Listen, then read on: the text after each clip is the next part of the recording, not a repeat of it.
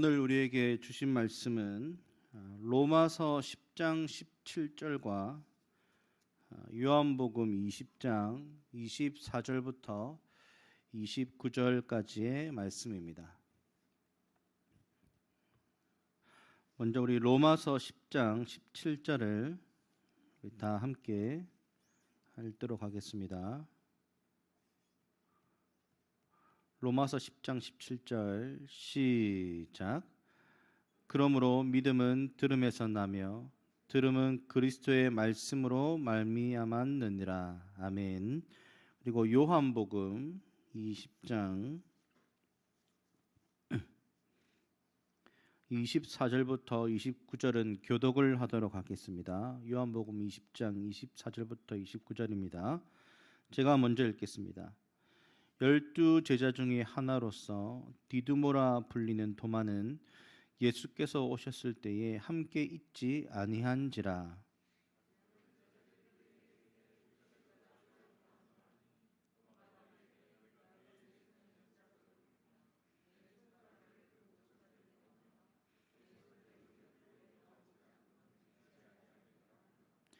여덟 해를 지나서 제자들이 다시 집 안에 있을 때에 도마도 함께 있고 문들이 닫혔는데 예수께서 오사 가운데 서서 이르시되 너희에게 평강이 있을지어다 하시고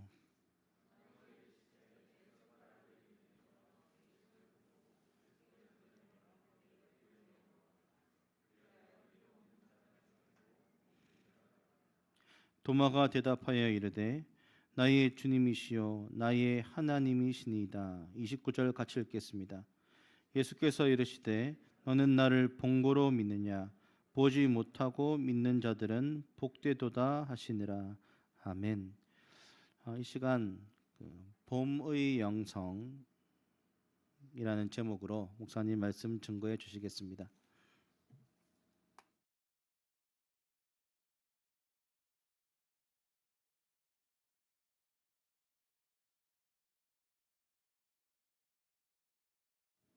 예배 오신 여러분을 환영합니다. 그리고 영상으로 예배 드리고 있는 우리 지체들 축복합니다. 개척 초기가 생각이 나네요. 역시 김태형 목사님, 저 제 뒤에 보면 그 충전기가 있습니다. 좀 주십시오. 제 컴퓨터가 아까부터 이렇게 깜빡깜빡거리더니 이렇게 사라지셨습니다. 이렇게 깜빡깜빡 했는데 그 가방 안에 있습니다. 가방 혹시나 해서 제가 그래서 충전기를 가져왔는데 오늘 오다 보니까 또 그 흥덕 전체 분위기가 마치 그 초창기 때 흥덕 같더라고요. 조용한 그런 좀 느낌도 들고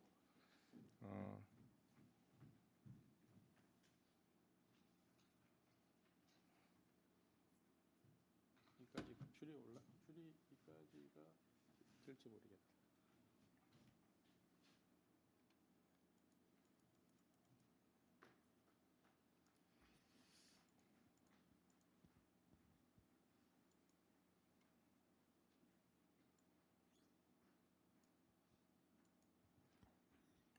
또 우리 오늘 허태원 우리 집사님 기도해 주셨는데 기도를 이렇게 듣는데 시 같다라는 생각이 들었습니다. 예, 감사합니다.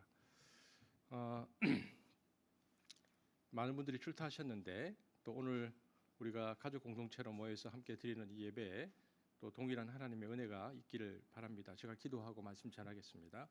사랑의 주님 감사합니다. 명절을 맞이하여서 많은 성도들이 출타해 있습니다. 어디에 있든지 하나님께서 동일한 은혜로 함께 하시고 또 우리의 예배 가운데서 주님께서 함께 하셔서 또 예배를 통하여 우리가 하나님을 깊게 묵상하고 또 새롭게 시작하는 한 해를 또 조명할 수 있도록 또 결심할 수 있도록 우리를 인도하여 주옵소서. 예수님 이름으로 기도합니다. 아멘. 주일이 명절인 경우가 그렇게 많지 않은데 주일이 명절입니다. 많은 분들이 고향으로 떠나셨습니다. 저는 그렇게 생각합니다. 우리가 태어난 곳 또 유년 시절의 기억이 서려 있는 곳도 고향이지만 마음이 통하는 사람 그리고 나를 알아주는 사람도 우리의 고향이라고 생각합니다. 저는 그 성탄 예배가 참 좋았습니다. 우리 12월 25일 날 코로나 이후에 우리가 다 모였다는 그런 느낌도 있었고요. 그보다 유치부부터 또 권사님에 이르기까지 말 그대로 온 가족이 함께 모였다라는 데 있어서 굉장히 의미가 크다고 생각합니다. 특별히 우리 남성 찬양은 영원히 오래 갑니다. 우리 성은 자매가 또 남성 찬양 보면서 눈물을 흘리던 모습이 기억이 납니다. 또 제가 가장 좋았던 것은 보현이하고 원지의 사회였습니다. 우리 교회에서 자란 보현이 청년과 또 선교사님 자녀인 원지가 함께 서 있는 모습을 보면서 13년의 한습의 시간이 저 안에 고스란히 담겨 있다. 저는 그렇게 생각했습니다. 원지의 이야기가 굉장히 저는 인상 깊었는데 원지에게 물었고 원지가 양해를 해줬습니다. 그래서 제가 원지 이야기를 좀 하겠습니다. 원지가 이제 2022년 감사와 2023년 그 새로운 계획 안에 썼던 내용인데 예배 시간에 해도 좋겠다고 얘기합니다. 원지 글을 제가 좀 읽어드리겠습니다. 2022년은 저에게 최악 그리고 최고의 해였습니다. 오랫동안 믿음을 다시 찾으려고 헤매왔었는데 이번에 동굴 속에서 빛을 드디어 찾은 것 같아 매우 감사합니다. 어두운 가운데 한숲 식구가 있어 혼자가 아닌 것을 알아가고 무엇보다 김태형 목사님 그리고 청년부에게는 절대 갚지 못할 정도로 감사를 합니다. 저를 포기하지 않아 감사를 드립니다. 험한 사막 속에 든든한 바오밥 나무가 되어주고 보호해 주셔서 감사합니다. 또 앞으로 가야 되는 길로 또 문제없이 나아가고 싶습니다. 이번 한 해 한 걸음씩 하나님 앞으로 걸어갈 수 있도록 도움 부탁드리고 또 나아가겠습니다. 더 어른답게 내가 가고 싶은 길을 나아가기를 바랍니다. 이렇게 썼습니다.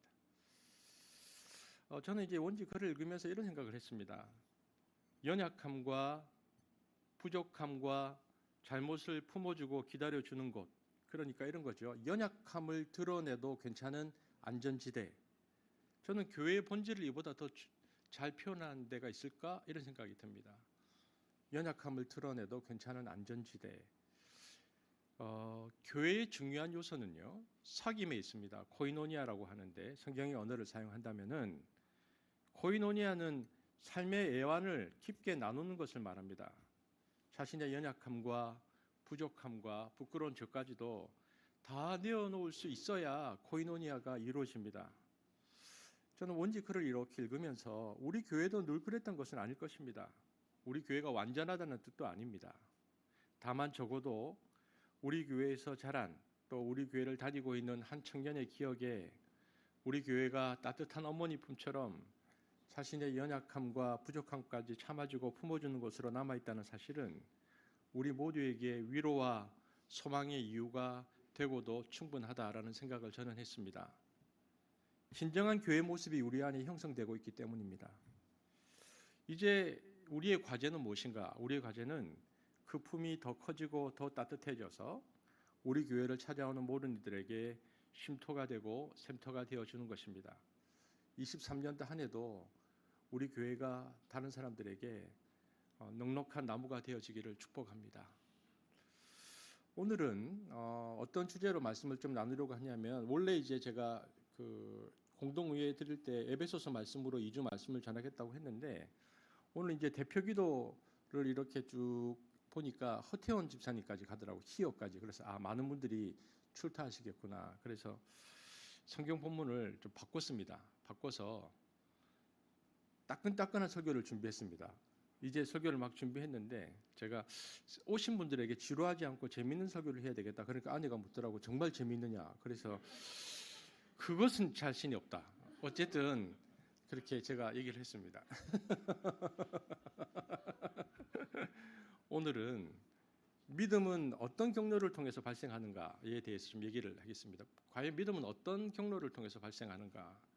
전통적으로 기독교는 믿음은 어떻게 생기는가? 사도 바울의 입장을 따랐습니다. 사도 바울의 입장은 뭐냐면 로마서 10장 17절인데 한번 같이 이것이 믿음이 생긴다라는 전통 교회 입장입니다. 시작. 믿음은 함께 읽겠습니다. 시작. 그러므로 믿음은 들음에서 나며 들음은 하나님의 말씀으로 말미암는다. 믿음은 들음에서 난다. 이것이 전통 교회 입장입니다. 믿음은 어떻게 생기는가? 들으면 난다. 그럼 왜 들음에서 난다고 했을까? 그 다음을 보면 계속 띄워주십시오. 하나님의 말씀으로 말미암는다 그랬습니다.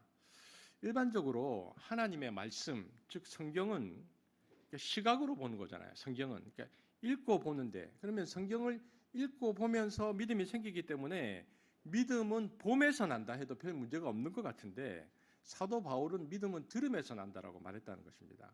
왜 그랬을까? 이것은 당시 시대적 상황을 좀 살펴보면 이해가 됩니다.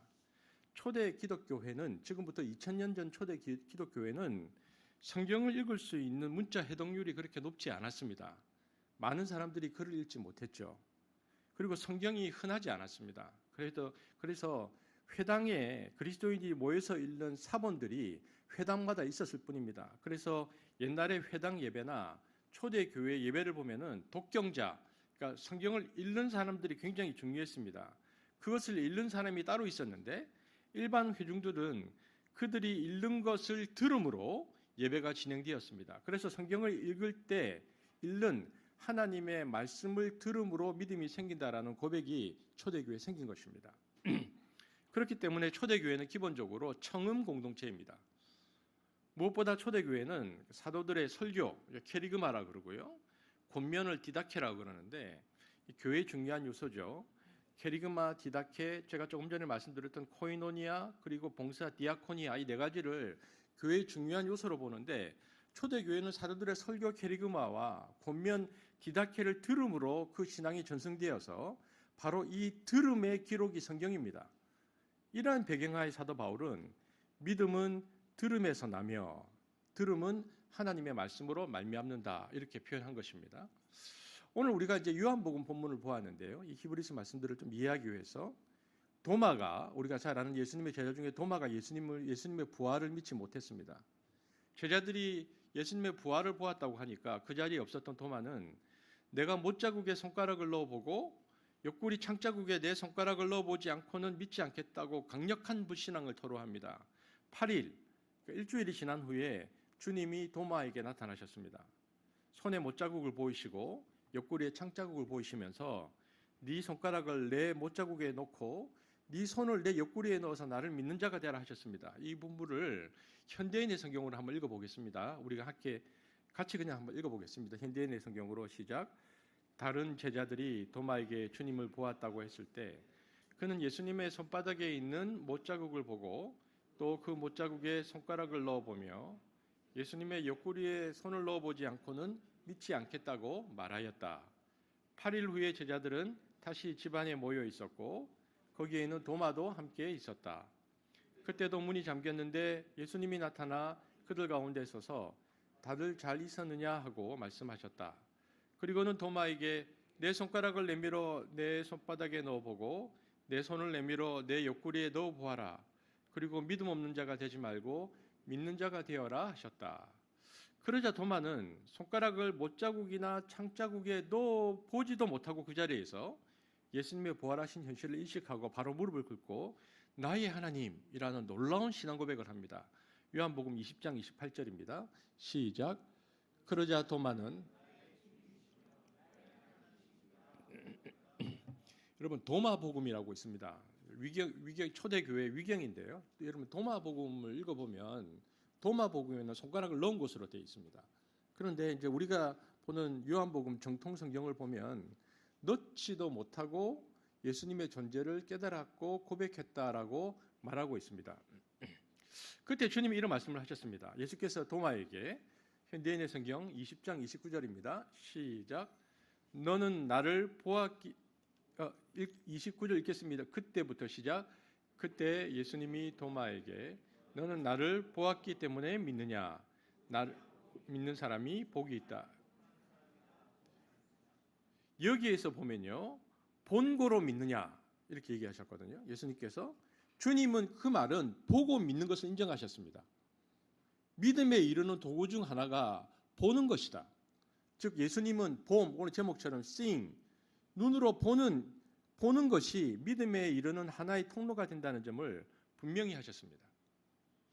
자, 그러면 왜 이 부분이 오늘날 새롭게 묵상되어야 하느냐? 21세기의 문명은 문자 문명이 아닙니다. 지금도 우리가 영상으로 예배드리고 있는데 21세기 문명은 문자 문명에서 영상 문명으로 바뀌었습니다. 이제 텍스트는 문자 텍스트에서 영상 텍스트로 바뀌어가고 있습니다. 이것을 뭐라고 말하느냐? 인식론의 변화라고 말합니다. 그래서 사람들의 사물과 진리를 인식하는 방식이 청각에서 시각으로 바뀌었습니다. 이런 측면에서 보면 마이크로소프트사의 빌 게이츠와 애플사의 스티브 잡스는 세계 문명사의 획기적인 전환을 일으킬 만한 사람으로 손꼽을 만합니다. 이들이 이룩한 것은 뭐냐? 여러분, 인류가 문자가 발생된 지가 6천년이 됐거든요. 이제 인류 역사의 6천년의 문자 문명, 그러니까 글로 쓴 서점 문명 혹은 책을 통해서 형성되었던 인류 문명사를 영상 문명으로 뒤바꾼 인물들입니다. 그러니까 인류의 문명사에 있어서 이 사람들은 매우 중요합니다. 여러분, 현대의 뇌과학자들도요, 책들을 읽어보면 컴퓨터를 사용하는 21세기 인간들, 특별히 이들은 뇌에서 시각을 담당하는 뉴런이 엄청 발달했다고 나오고 있거든요. 즉 인식론이 대변화가 온 것입니다. 여기 태어날 때부터 스마트폰이 있었던 세대는 뇌 활동 영역이 그전 세대와 다르다는 겁니다. 왜냐하면 이들은 시각이 엄청 발달한 인류가 나온 거죠. 그래서 컴퓨터의 발견은 전기의 발명은 비교도 안 되는 문명의 패러다임이 바뀌는 놀라운 전환점이 되었습니다. 우리가 바로 그 시대를 살아가고 있습니다. 오늘날은 모든 정보 그리고 지식의 인식을 영상을 통해서 하고 있습니다. 즉 보고 이해하고 보고 인식합니다. 따라서 믿음은 들음에서가 아니고 믿음은 봄에서 나고 봄은 하나님의 말씀으로 말미암는다라는 새로운 명제가 우리 시대에 새로운 화두가 되었다는 것입니다. 우리는 여기서 다시 한번 질문을 던져봅니다. 그러면 사도 바울은 들음에서라고 했지만 우리의 신앙도 과연 봄을 통해서 바라본다는 것을 통해서 전승되고 확산될 수 있는가? 그래서 봄의 영성에 대해서 우리가 한번 생각해 볼 필요가 있겠다라는 것입니다. 이까지 재미있습니까? 약간 떨리는데. 초대교회는 본다는 것에 대해서 어떤 생각을 해? 초대교회는 보고 믿는 것에 대해서 상당히 긍정적이었습니다. 왜냐하면 그 예수님을 따랐던 12사도들 신앙이 다 어떻게 생겼는가? 이들이 원래 믿음이 없었어요. 그런데 예수님의 부활을 보고 믿었던 사람들입니다. 그전에는 신앙이 없었거든요. 보지 않고 믿어야 하는 현실에 부딪힌 사람들은 사도 이후에 12사도 이후의 사람들입니다. 왜냐하면 주님이 승천해버렸기 때문에 그들은 더 이상 볼 수 없었습니다. 그 세대들은 부활하신 주님의 몸을 친히 보고 믿을 수 없는 세대가 나온 거죠. 그러나 사도들은 보고 믿은 세대였습니다. 이 보고 믿음에 대해서 여러분 12사도 중에 요한이 나이가 제일 어렸기 때문에 요한이 또 오래 살았잖아요. 제일 마지막에 요한복음에서 요한이 자기 세대가 어떤 믿음이었는가를 보고 있는데 요한은 상당히 본다는 것에 대해서 강조를 했던 사도입니다. 요한복음 20장 8절 시작. 그때야 무덤에 먼저 갔던 그 다른 제자도 들어가 어떻게 믿었다? 보고 믿더라. 이 부분을 제가 설명을 좀 하겠습니다. 무슨 이야기인가? 예수님께서 부활하셨다는 소식을 들었습니다. 베드로와 요한이 무덤으로 달려가는데 이것이 현장에 있었던 사실적 기록이라고 말해주는 것은 달려갔는데 먼저 도착한 사람은 누구였을까요? 베드로와 요한 중에? 어렵습니까? 젊은 사도 요한이죠. 달리기가 빨랐다는 거죠. 이게 사실적 기록이라는 거죠. 나이 먹은 베드로는 늦게 도착했습니다. 그런데 베드로의 성격이 더 급해요. 요한은 도착했지만 무덤 안에 못 들어가는데 베드로는 도착하자마자 바로 무덤 안으로 들어가 버립니다. 자, 성경이 이렇게 기록하고 있는데 20장 요한복음 20장 4절에서 8절까지 읽겠습니다. 시작. 둘이 같이 다름질하더니 그 다른 제자가 베드로보다 더 빨리 달려가서 먼저 무덤에 이르러 굽부려 세마포 놓인 것을 보았으나 들어가지는 아니하였더니 시몬 베드로는 따라와서 무덤에 들어가 보니 세마포가 놓였고 또 머리를 쌌던 수건은 세마포와 함께 놓이지 않고 딴 곳에 쌌던 대로 놓여 있더라. 그때야 무덤에 먼저 갔던 그 다른 제자도 들어가 보고 믿더라. 여러분, 지금 제자들이 믿음이 없었어요. 근데 요한이 나중에 나이가 들어서 몇십 년 전 이야기를 회상하면서 기록하는데 과연 우리에게 믿음이 어떻게 생겼는가? 부활하신 그 장면들을 회상하면서 보았다라는 단어를 무려 3번이나 쓰고 있습니다. 몸을 감쌌던 세마포가 그대로 가라앉아 있었고 머리를 쌌던 수건도 그대로 가라앉아 있었다. 보았더니 마치 예수님의 몸이 마치 기체처럼 기화된 것처럼 빠져나간 것입니다. 그래서 매미가 허물을 벗듯이 그냥 빠져나간 모양 그대로 있었습니다. 그러니까 예수님이 용투림 하듯이 세마포를 찢고 나온 게 아니고 옷이 그대로 있는데 푹 꺼졌고 몸이 이렇게 사라져버린 아주 신비한 현장 보존이었습니다. 베드로와 달리 신중하고 세밀한 요한은 먼저 도착했지만 이렇게 뒤에서 계속 들여다보았습니다. 세밀한 사도 요한이 나중에 뒤에 들어가서 예수님이 부활하신 흔적들을 찬찬히 살펴보았다는 것입니다. 그러면서 생각한 거죠. 주님께서 4일 만에 다시 부활할 것이다 라고 말씀하셨는데 지금 이 장면이 무언가 주님께서 말씀하신 것과 연관이 있을 것이다. 어떻게 이런 일이 발생할 수 있는가? 이거 분명히 신비한 일이 일어난 거야. 그래서 보고 부활의 말씀이 생각나서 주님의 부활을 믿었다는 그 기록이 요한복음 20장 8절 다시 볼까요? 시작. 그때야 무덤에 먼저 갔던 그 다른 제자도 들어가 보고 믿더라. 이것이 초대교회 당시의 신앙 고백의 근거입니다. 보고 믿었다는 것입니다. 막달라 마리아가 예수 부활의 최초의 증인이죠. 부활하셨다는 것을 제자들에게 알려주었는데 성경을 읽겠습니다. 시작. 막달라 마리아가 가서 제자들에게 이렇게 말씀하셨다 이르니라. 보고 믿었다는 것입니다. 내가 주를 보았다. 막달라 마리아가 이처럼 초대교회의 예수님에 대한 신앙은 보는 것으로 일어났습니다. 가롯 유다는 자살했고요.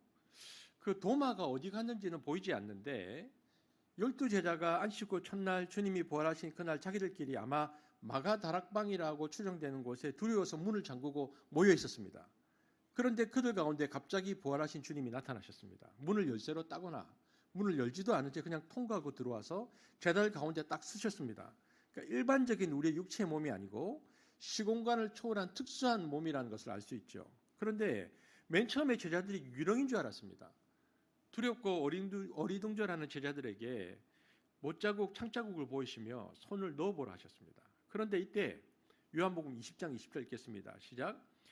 이 말씀을 하시고 손과 옆구리를 보이시니 제자들이 주를 보고 기뻐하더라. 사도들이 어떻게 믿었다고 되어 있습니까? 먼저 도마를 제외한 그들이 보이시니 보고 믿었다는 것입니다. 봄을 통해서 믿음에 이르렀다. 그래서 요한복음에 나타나는 사도들의 신앙은 듣고 믿은 신앙이 아니고 보고 믿은 신앙이라는 것을 강조되고 있습니다. 그래서 그 이후에 믿음에 이르는 방편으로서 봄, seeing, 바라본다는 것, 시각에 대해서 교회사에 수많은 논쟁이 있었습니다. 과연 바라봄으로 믿음에 이룰 수 있는가 이 부분이죠. 여러분 사도들의 제자, 12사도들의 제자들의 그 제자를 속사도라고 부르고 속사도들의 제자를 교부라고 부릅니다. 그런데 그 속사도이고 그 제자가 교부들인데 즉 예수님께서 부활 승천하시고 나서 교부들쯤 되면 100년쯤 지났거든요. 100년이 지나고 나면요. 처음에 사도들은 12사도들은 복음 믿었잖아요. 그런데 그 시대와는 달리 초대 교부들은 복음을 회화나 조각을 통해서 시각화하는 것을 매우 부정적으로 생각했습니다. 그때 기록을 보면 특별히 오리게네스라는 교부가 이런 얘기를 했는데요. 10계명 중에서 오리게네스가 이런 얘기를 합니다. 하나님의 형상을 만들지 말라 이런 말씀이 있잖아. 이 말씀을 근거로 우상 숭배를 금하는 제2계명에 대한 전통적 해석을 따라서 하나님 혹은 예수님에 대해서 일체의 그림이나 부저나 동상을 만드는 것을 금했습니다. 왜냐하면 그것은 우상 숭배에 이르는 길이다 이렇게 생각한 거죠. 그리고 이것이 극단적으로 언제 일어나는가? 그로부터 200~300년 지나서 5세기에 이르면요.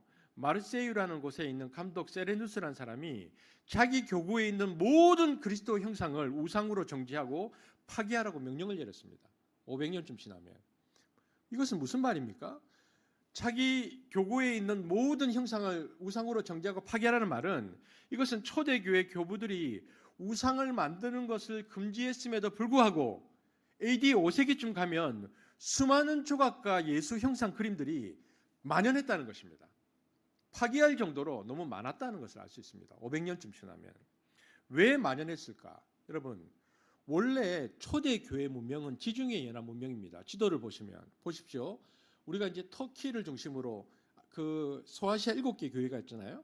터키를 중심으로 하는 소아시아 7개의 교회, 그리고 거기에 보면 또 그리스 마케도니아에 세워진 그리스 교회들, 그리고 사도 바울의 3차 여행을 통해서 세워진 로마 교회들, 그리고 다른 사도들이 전했던 북부 아프리카, 그러니까 카르타고나 이쪽에 있었던 교회들, 이런 교회들은 여러분 지도상을 보면 다 지중해 연안 문명에 있었던 기독교 그 공동체였습니다. 이 사람들의 특징은요, 왜 이걸 지중해 문명이라고 묶였냐면 코인의 방언이라고, 그러니까 보통 사람들이 막 시장에서 쓰는 말, 그것을 이제 그리스 헬라어로 공용어로 쓰는, 보통 사람들이 시장에서 쓰는 말을 코인의 헬라어라고 했는데 그 말을 쓰는 사람들의 문화였습니다. 그래서 초대교회 성경도 다 코인의 헬라어로 번역이 되어 있습니다. 문자 해독률이 그다지 높지는 않았지만 그래도 읽고 듣는 것이 가능한 사회여서 어떤 사람들이 그 글자를 읽고 사람들이 들었던 문명인데요. 근데 문제는 언제 생기느냐? 3세기에 생깁니다. 3세기에 복음이 이 지중해 문명 안에가 있는 것이 아니고 지중해 연안 문명이 아니고 유럽 내륙으로 넘어가기 시작했습니다.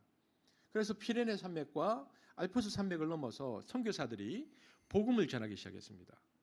그래서 복음이 어디까지 들어가느냐? 소위 말하는 야만족들, 게르만족들이 있는 유럽으로 복음이 들어갑니다. 근데 문제가 뭐냐?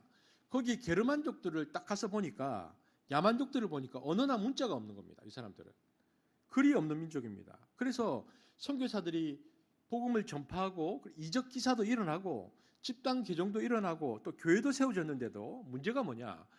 글이나 문자가 없으니까 선교사들이 전한 복음을 전승시킬 방법이 없는 겁니다. 그래서 생긴 게 뭐냐? 그림입니다. 글자를 지금처럼 성경 번역 성기가 있는 것도 아니고 그림을 그리기 시작했죠. 그래서 이 당시에 게르만족의 교회 벽에는 전부 다 그림이 붙어 있습니다. 예수님의 탄생 이야기부터 승천까지 예배당 안에 전부 다 그림을 그려 놓았습니다. 이렇게 그림을 해 놓아야 선교사들이 전한 성경 말씀을 다시 회상하게 되는 것입니다. 그래서 믿음을 전승시키거든요. 그래서 그림이라는 게 신앙 전승에 아주 중요한 도구가 됩니다. 때문에 선교사들은 복음의 내용을 그린 성화, 이 성화를 뭐라 하냐면 이콘이라고 부릅니다.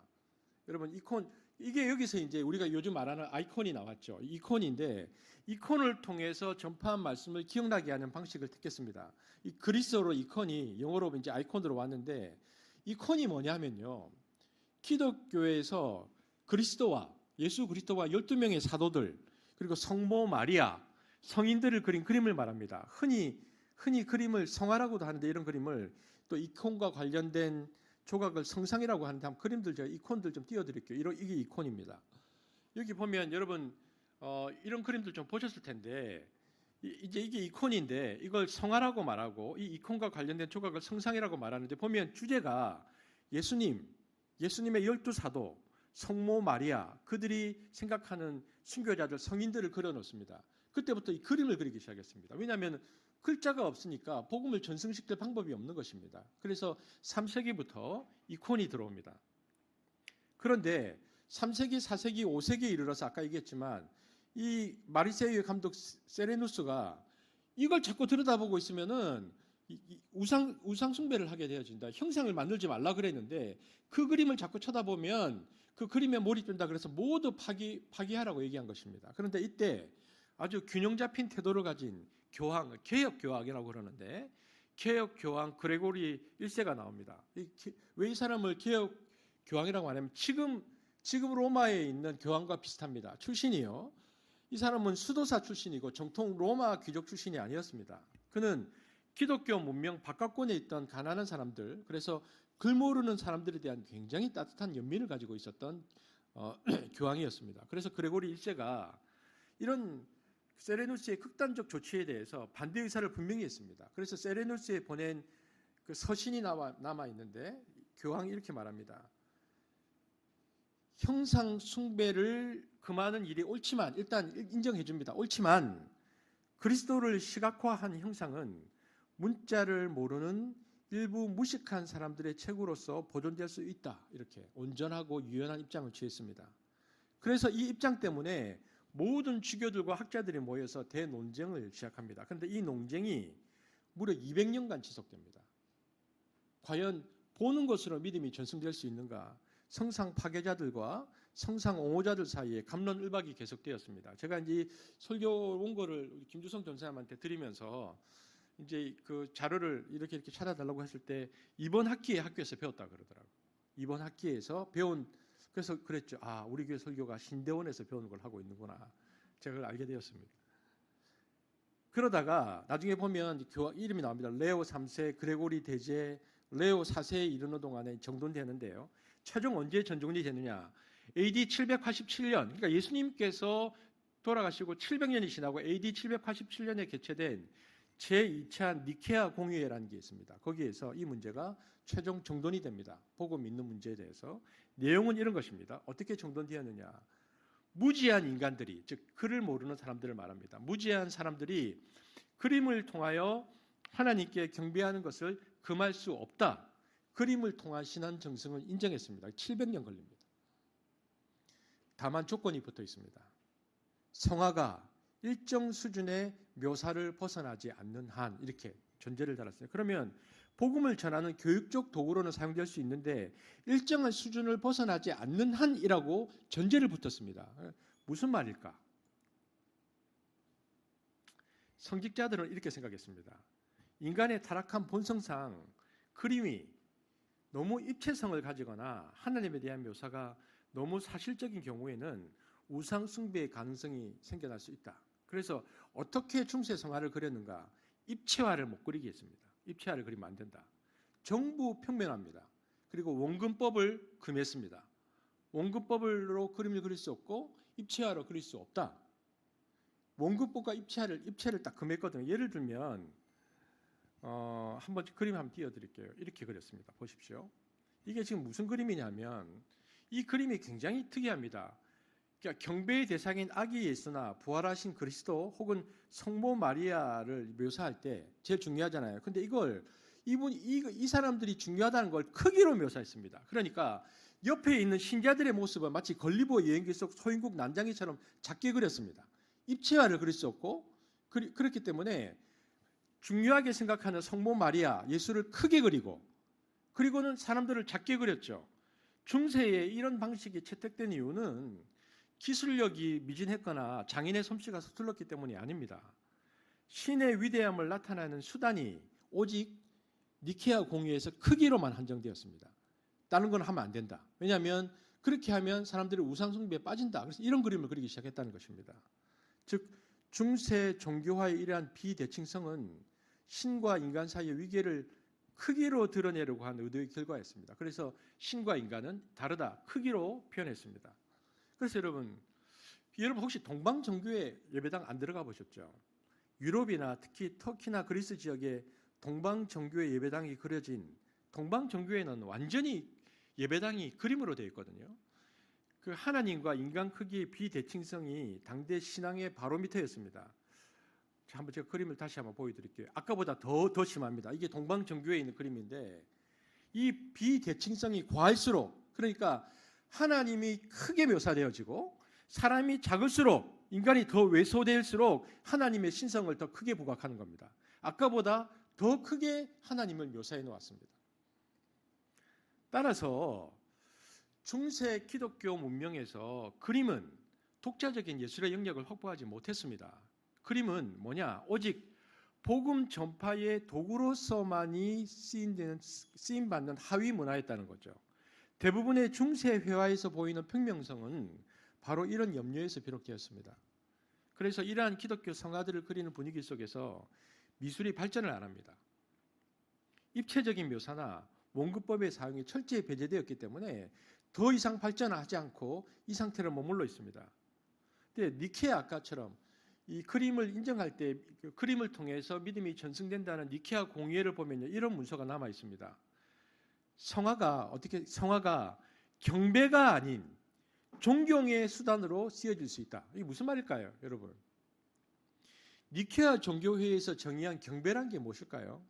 경배는 이런 것입니다. 엄밀하고도 완전한 의미의 예배로서 마땅히 하나님께만 드려지는 것이 경배다. 그러니까 그림을 통해서는 경배할 수 없다는 겁니다. 그러나 존경은 다르다는 거죠. 존경은 성화나 성상에 대해서 가질 수 있는 일반적인 신앙적 흠모를 가리키므로 교회 내에서 용인할 수 있다. 그러니까 사도들을 그림을 보면서 흠모하거나 또는 성인들을 흠모하기 위해서 그림을 그리거나 혹은 그 모양을 본따서 부조를 만드는 것은 예배의 대상이 아닌 한 용인될 수 있다. 이렇게. 이때부터 캐톨릭 성당 안에는 이제 수많은 부조, 수많은 조각들이 형상화하게 되기 시작합니다. 그래서 7세기, 8세기부터 캐톨릭 성당 안으로 그림들이 막 들어옵니다. 여러분, 20세기의 헨리 나우에는요, 헨리 나우에는 성화에 대해서 어떤 입장을 가졌는가? 헨리 나우에는 이런 표현을 썼습니다. 동방정교회에서 사용된 성화와 성상은 하나님을 향한 영혼의 창문이다. 이렇게 언급했습니다. 긍정적인 해석을 한 거죠. 여러분, 제가 아까도 질문했는데 혹시 동방정교회 가보신 분? 다음에 가시면 그 아이스크림 이런 거 먹지 말고 유럽 같은 데 가면 한번 들어가 보십시오. 유럽을 여행하면서. 동방정교회는요, 캐톨릭은 옆에 스테인드 글라스가 있잖아요. 근데 스테인드 글라스와 달리 동방정교회는 들어가면요, 성화가 이게 동방정교회 모습인데요. 성화가 쫙 깔려 있습니다. 이게 걸개 그림으로 이게 사방 벽이, 그러니까 여러분이 몰라도 딱 들어가서 사방 벽에 그림이 다 있으면 이게 동방정교회입니다. 그리고요, 가면 또 저렇게 돼 있어요. 동방정교회들은 전통적으로 딱 들어가 보면 전부 다 그림입니다. 사방 벽이 다 무슨 전시회 온 것 같아요. 그리고 보면 그 앞에 딱 서서 저렇게 성도들이 기도하고 있습니다. 이게 이제 종교의 특징이거든요. 그래서 이 성화의 역할이 뭐냐는 거죠. 성화의 역할이 헨리 나우엔이 말한 것처럼 왜 성화를 보면서 기도하느냐? 하나님을 향해서 창문을 여는 것이다. 옛날 다니엘이 기도할 때 집에서 예루살렘을 향해서 창문을 열고 기도했는데 창문을 연다는 행위의 의미가 뭔가? 하나님께 집중하기 위한 표현이잖아요. 동방 정교회 교인들이 성 앞에서 이콘 앞에서 영혼의 창문을 연다는 거죠. 그걸 통해서 하나님께 더 집중한다라는 거죠.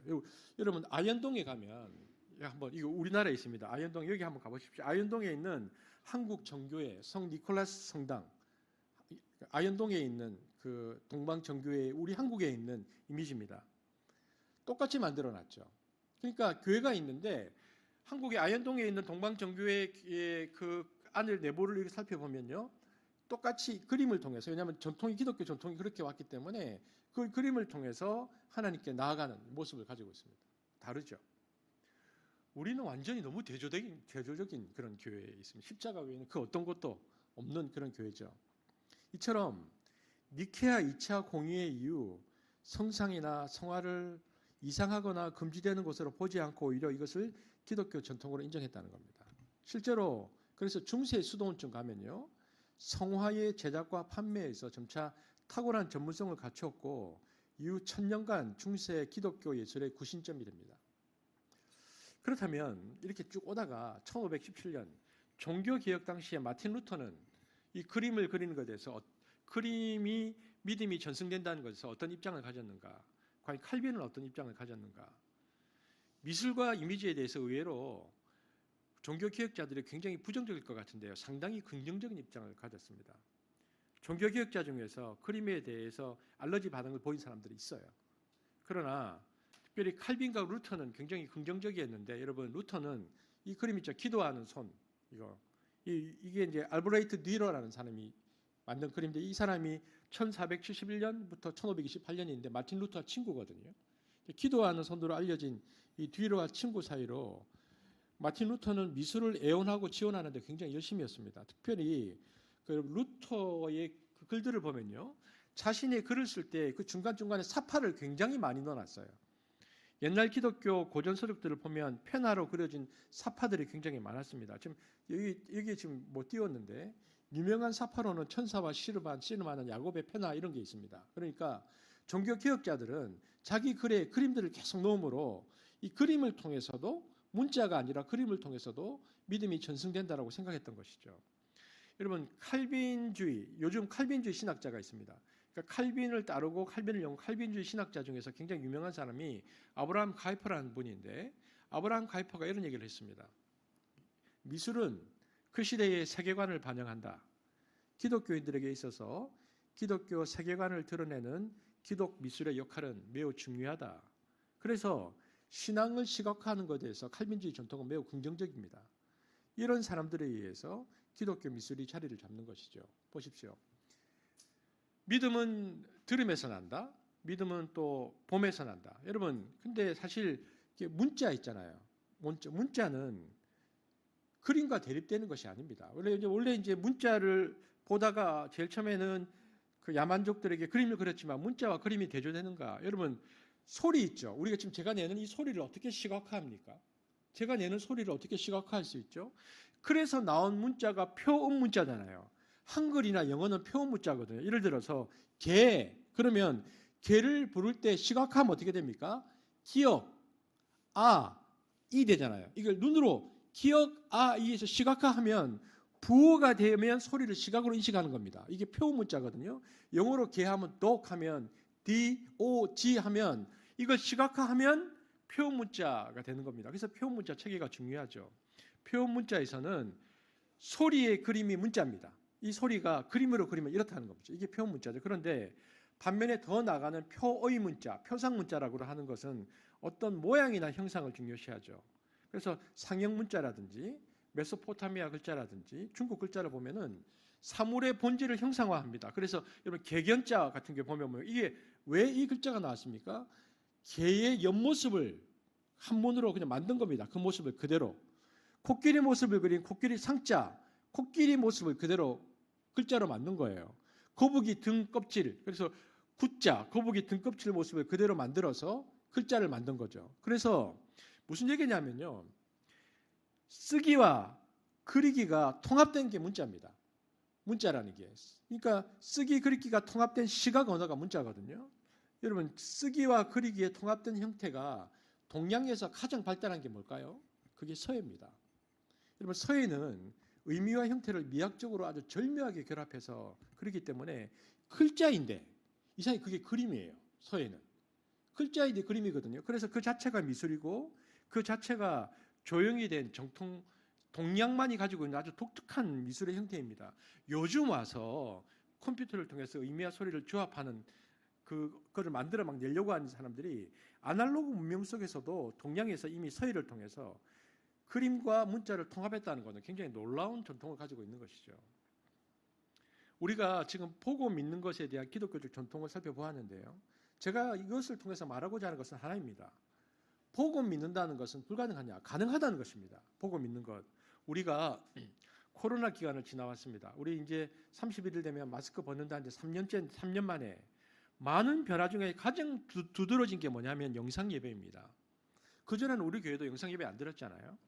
그전에는 영상 예배가 어떻게 쓰였냐면 뭐 몇천 명씩 나오는 대형 교회나 혹은 본당에서 예배를 드리지 못하는 분들의 뭐 유아불실에 있는 사람들에게 도움을 주는 정도의 영상이었습니다. 그러나 지금은 현장의 예배와 눈으로 보는 영상 예배를 코로나가 지난 다음에 분리하기가 어려워졌습니다. 그렇다면 이런 언택트 상황에서 TV 영상을 통해서 믿는 것이 가능한가라는 질문이 던져지는데 여러분 TV 영상을 보면서 교회로 오지 않았어요? TV 영상을 보면서 믿는 것이 가능한가? 여러분 어떻습니까? 가능하죠. 가능하죠. 지금까지 전통을 얘기한 이유가 영상을 통한 믿음, 영상을 통한 복음 전파, 영상을 통한 선교가 가능하다. 왜냐하면 이미 복음주의권에서는요. 예수님 영화가 많이 나오는데 예수라는 누가복음을 영화한 영화를 가지고 제3세계의 소수민족이나 가서 틀어주고요.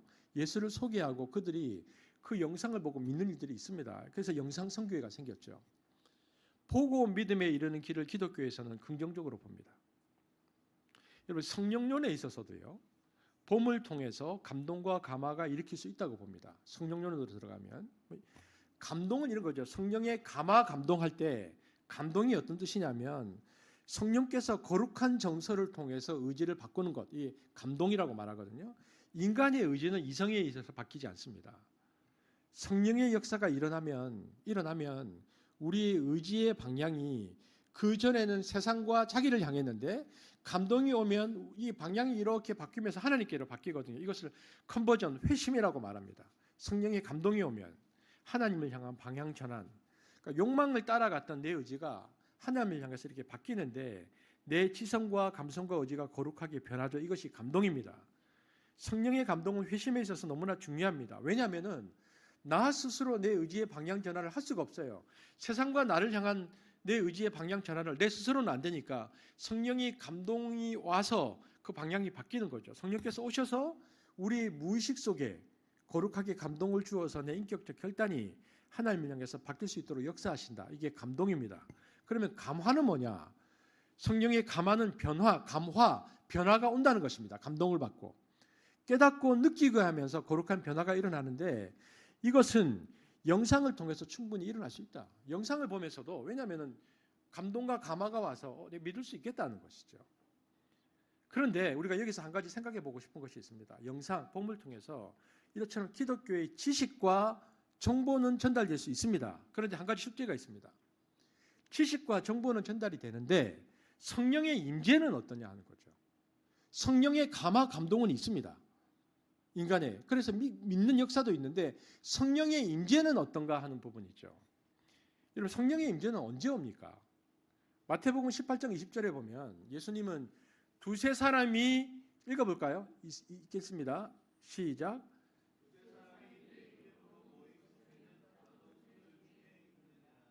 여기 보면 예수님은 두세 사람이 모이는 곳에 내가 그들과 함께 임재하겠다. 그러니까 주님의 임재는 아날로그 공동체에 약속하셨습니다.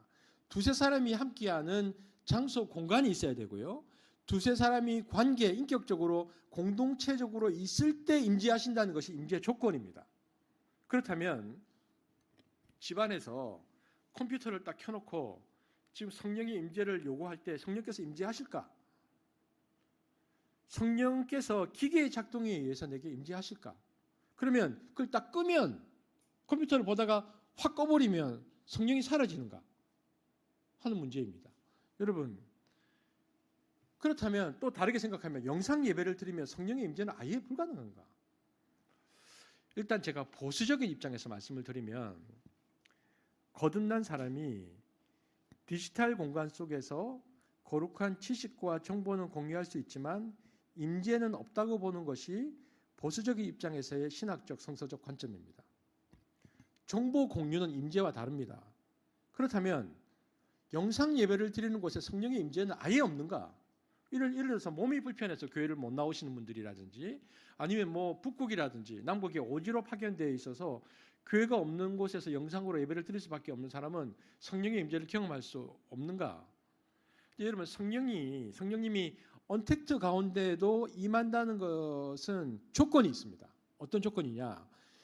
TV나 컴퓨터를 켜놓고 비대면 예배를 드리는 사람들이 모여서 공동체로 모여 있을 때 가능하다는 겁니다. 모여 있을 때. 그래서 두세 사람이 내 이름으로 모여 있는 곳, 왜 두세 사람인가? 여러분 이 두세 사람은 신명기에 나오는 표현입니다. 신명기에서 이 두세 사람이 왜 나오냐면 예수를 증거하려는 사람들이 모인 공동체, 이 증인 공동체라고 얘기하거든요.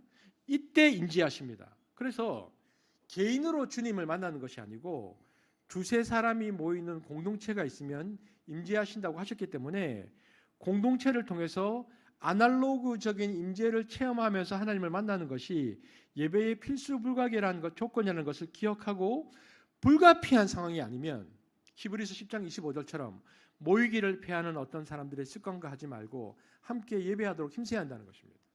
이게 중요합니다. 여러분 집에서 보면요, 제가 지난번에 코로나 기간 동안에 얘기 들어보면 예배 어떻게 드립니다 하니까 한 사람은 똑같이 영상 예배를 드리는데 남편은 이 방에서, 아내는 저 방에서, 아이들은 거실에서 그렇게 하면 안 되고 가능한 가족은 공동체로 모여서 언택트를 실현할 때는 각 방에서 따로 드리지 말고 함께 모여서, 왜냐하면 거실에도 임재하시고 카타콤 지하 무덤에도 공동체로 모이면 그곳에 어디든지 임재하신다고 말씀하셨으니까 홀로 계실 수밖에 없는 분들은 그러니까 사람들이 같이 있는데 홀로 있지 말고 모여서 예배드려야 되는 겁니다. 그런데 이런 거죠. 뭐 요양원이라든지 홀로 계실 수밖에 없는 분들은 그러면 어떻게 하면 성령의 임재를 경험할 수 있는가?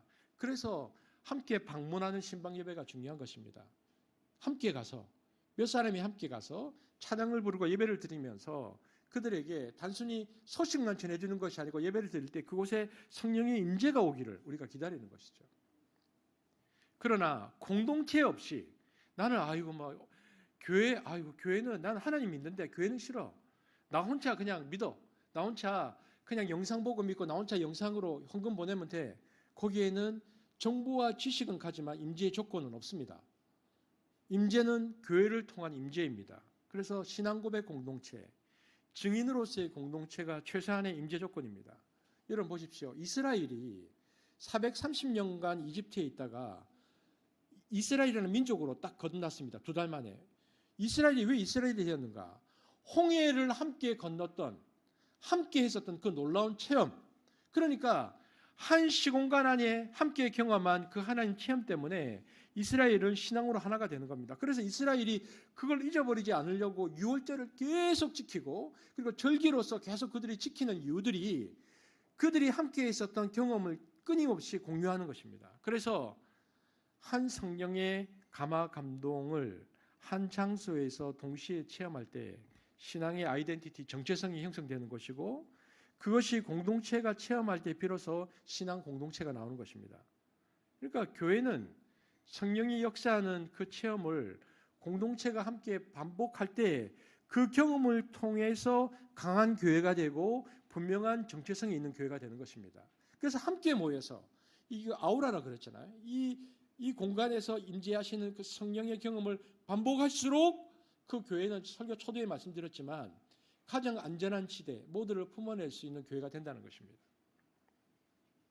여러분, 우리 시대에 본다는 거, 시각으로 본다는 것은 분명히 들음을 앞서고 있습니다.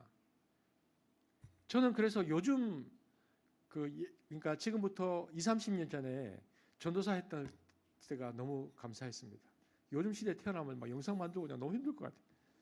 그때 최고의 그 잘한 거 OHP 그 그림 있잖아요. 그걸 이렇게 그려가지고 복사해가지고 이제 색칠 그때 아내 보고 색칠 좀 해달라 그래가지고 그렇게 유치부 아이들 가르쳤던 그게 다 있는데 요즘은 뭐 영상 만들어야 되고 그러니까 너무 요즘 전도사님들 너무 고생한 것 같습니다. 또 그 뒤에 우리 때는 그런 게 별로 없었는데 경배와 찬양이 나와가지고 이제는 찬양 인도도 다 할 줄 알아야 되고 영상도 만들어야 되고 왜냐하면 시대가 바뀌어서 분명히 본다는 것은 들음을 앞서고 있습니다. 21세기는 보고 믿는 일과 그런데 생각해 보면 보고 믿는 일과 듣고 믿는 일의 비교 우위를 따져서 어느 하나를 택하는 것이 아니고 이제는 이 둘을 동시에 추구해야 하는 세계가 열린 거죠. 그렇다면 영상 혹은 또 다른 시각 매체를 통해서 봄으로 그 신앙이 나타나든지 아니면 청각 매체를 통한 소리 혹은 들음으로 나타나든지 상관없이 이제는 이 두 가지를 우리가 다 수용하는 시대에 살아야 된다면 가장 중요한 것은 무엇인가? 이 두 매체 모두가 성경을 제대로, 텍스트를 제대로 반영하는가 아닌가가 중요하다는 것입니다. 참된 신앙에 있어서 성경 텍스트와 괴리된 어떤 이미지, 영상 보문, 이 이미지 과잉은 비현실적이고 허상이고 환상일 뿐입니다. 마찬가지로 성경 텍스트와 괴리된 들음도 영적 소음에 불과합니다. 오늘날 한국교회 강당 위에는요, 거의 대부분 우리 교회도 그렇죠. 대형 빔 프로젝터와 스크린이 걸려 있습니다. 종교개혁 시대에 십자가가 있던 강당 중앙의 자리는 이제 스크린으로 바뀌었습니다. 십자가 대신 스크린이라는 이 놀라운 변화상은 교회의 현 상황을 상징적으로 보여줍니다. 그만큼 오늘날의 교회에서 성경의 표준은 점점 약화되고 감각은 강화되고 있다는 것입니다. 특히 청각보다는 시각의 우위가 압도적입니다. 이런 상황은 우리로 하여금 네가 나를 본고로 믿느냐, 보지 않고 믿는 사람이 더 복되다라는 주님의 말씀을 궁금하게 생각하게 만듭니다. 분명 주님의 말씀은 본고로 믿느냐 했으니까 봄의 신앙을 부정하지 않습니다. 다만 봄의 신앙에 지는 한계를 분명히 하셨습니다. 도마처럼 봄을 통해서 얻은 믿음은 분명 하나님의 은총의 결과입니다. 특별한 은총이죠. 그러나 이 은총보다도 더 복된 은총이 있습니다. 그것은 바로 성경 텍스트 안에서 주님을 보는 것입니다. 성경은 모든 이미지와 소리의 절대적 표준이 되어야 합니다. 여러분, 저 지금 아바타 2 안 봤거든요. 근데 아바타 1을 봤고 2를 볼까 말까 갈등 중입니다. 지금 지난 금요일까지 950만이 넘었었다고 하는데 제가 우리 집 다현이하고 이렇게 보고 와서 물어봤거든요. 이게 아바타 1도 그렇고 2도 그렇고 이게 디지털 스페이스가 완전히 이제 아날로그 스페이스를 거의 완벽하게 대체하는 강렬한 착시 효과가 내용에 있고요. 특별히 영화관 안도 그렇다 그러더라고요. IMAX, 뭐 4D 그래 막 흔들리니까 이게 눈도 착시 현상인데 영화관 자체도 그렇게 해주니까 관중들이 이게 아날로그인지 디지털인지 스스로 구별이 모호할 정도로 이제는 기술이 발달한 거죠. 인터넷 공간도 마찬가지입니다. 오늘날 인터넷 공간은 생각해 보면 그래서 너무 기술도 발달했고요. 그리고 과잉 이미지와 확대된 소음으로 가득 차 있습니다. 봄과 들음의 절제가 상실된 욕망의 바다가 현재의 사이버 공간입니다. 그렇다면 이 사이버 공간의 환상과 소음을 걸러낼 유용한 틀은 없는가? 무엇으로 구분해야 되는가? 인간의 양심 혹은 이성인가? 아니면 강제성을 가진 법률인가? 우리 기독교인에게는 사도시대의 이래 삶과 신앙의 유일한 표준 기준이 있는데 그것이 성경이 이미 우리에게 주어졌다는 것입니다. 이 성경이야말로 들음의 문자예요. 시각화된 말씀으로 모든 영상들과 소리들을 판단할 수 있는 유일한 잣대입니다. 그러므로 우리는 모일 때마다 무엇을 해야 되냐? 말씀에 힘을 써야 됩니다. 왜냐하면 말씀을 통해서 이 영상과 소리를 구별해낼 수 있기 때문에 그렇습니다.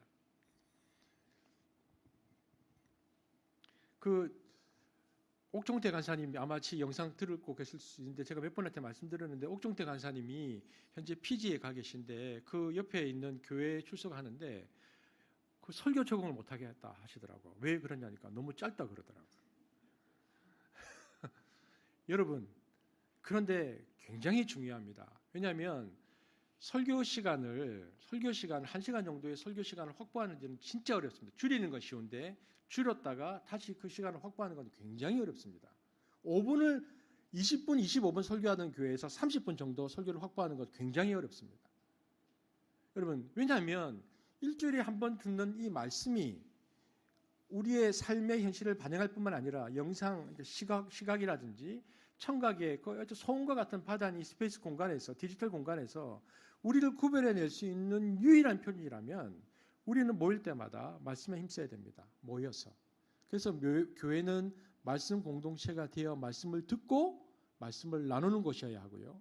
그래서 터 모임에서 두세 사람이 모여서 말씀을 나누잖아요. 성령의 임재가 있다는 것입니다. 그래서 말씀으로 삶을 해석하고 말씀으로 영상과 소리를 분별해 내야 합니다. 우리 이제 화요일이 되면 구정이 끝나잖아요.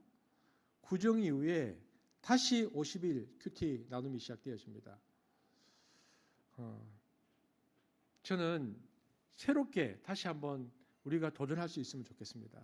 그래서 다시 말씀 앞에 서서 말씀으로 더욱더 우리가 믿음에 이르는, 왜냐하면 말씀이 영상과 청각을 통합하는 기능을 갖고 있고 표준이라면 말씀으로 더욱더 믿음에 이룰 수 있다는 것입니다. 그래서 말씀으로 더욱더 믿음에 이르는 한 해가 되기를 원하고요. 오늘 지금 바로 예배를 못 드리고 계시지만 오늘 오후나 내일 집에서 영상을 켜서 예배를 드리는 우리 성도들이 계시다면 이 말씀을 들으시고 새롭게 50일 하나님 나라 큐티에 또 도전해 볼 수 있는 또 저와 여러분 되시기를 주의 이름으로 축복합니다. 기도하겠습니다. 사랑의 하나님 감사합니다. 말씀 앞에서 또 우리의 삶들을 돌아보기를 원합니다. 믿음은 들음에서 나며 들음은 하나님의 말씀이라고 했는데 영상과 시각이 들음보다 앞서 있는 이 시대 속에서 우리가 시각과 그리고 청각에 통합된 유일한 표준인 하나님의 말씀으로 이 시대를 분별하고 살아가기를 소망합니다. 하나님 우리에게 말씀 앞에 서게 하시고 모일 때마다 말씀을 나누는 공동체가 하시고 말씀을 통하여 삶을 해석하고 말씀을 통하여 이 시대를 살아갈 수 있도록 이 공동체를 축복하여 주옵소서. 감사를 드리며 예수님 이름으로 기도합니다. 아멘.